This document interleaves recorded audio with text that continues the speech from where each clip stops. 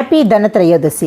అయితే ఈ ధనత్రయోదశి రోజు చాలామంది బంగారం కొనాలా, వెండి కొనాలా అనే సంశయంలో ఉంటారండి. అయితే నేను బాగా చెప్తున్నాను ఏంటంటే, బంగారం వెండి కొనాల్సిన అవసరం అయితే లేదండి.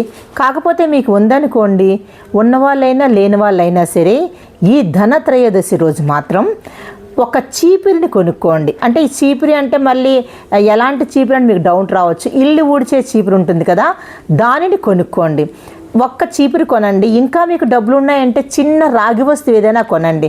ఇంకా డబ్బులు ఉన్నాయి అనిపించింది అనుకోండి, ఇత్తడి వస్తువు కొనండి. ఇంకా మీదే డబ్బులు ఉన్నాయి అనుకోండి, అప్పుడు వెండి వస్తువు కొనండి. అర్థమవుతుందా? అంతేకాని ఇదే కొనాలి అని అయితే మాత్రం ఏమీ లేదండి. అంటే మన పెద్దలు ఎందుకు చెప్పారంటే, సంవత్సరంకి ఒకసారి చిన్న చిన్న ఇంట్లో అవసరం వస్తువులు కొనుక్కుంటే అవి పక్కన ఉంటే ఉపయోగపడతాయని. అంటే ఒక వస్తువు కొన్నామంటే అది మనకి దైనందిక జీవితంలో ఉపయోగపడేదిలా ఉండేలా కొనుక్కోవాలని. అయితే ఏది కొన్నా కొనకపోయినా సరే మీరు మాత్రం ఒక చీపురు మాత్రం కొనుక్కోండి. అయితే ఇది ఎప్పుడు కొనాలంటారా?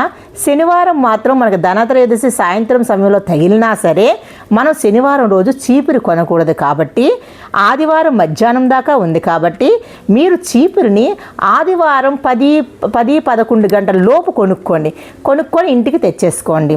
ఈ ఒక్కటి చెయ్యండి, ఆ సంవత్సరం అంతా చాలా బాగుంటుంది. హ్యాపీ ధనతేరస్.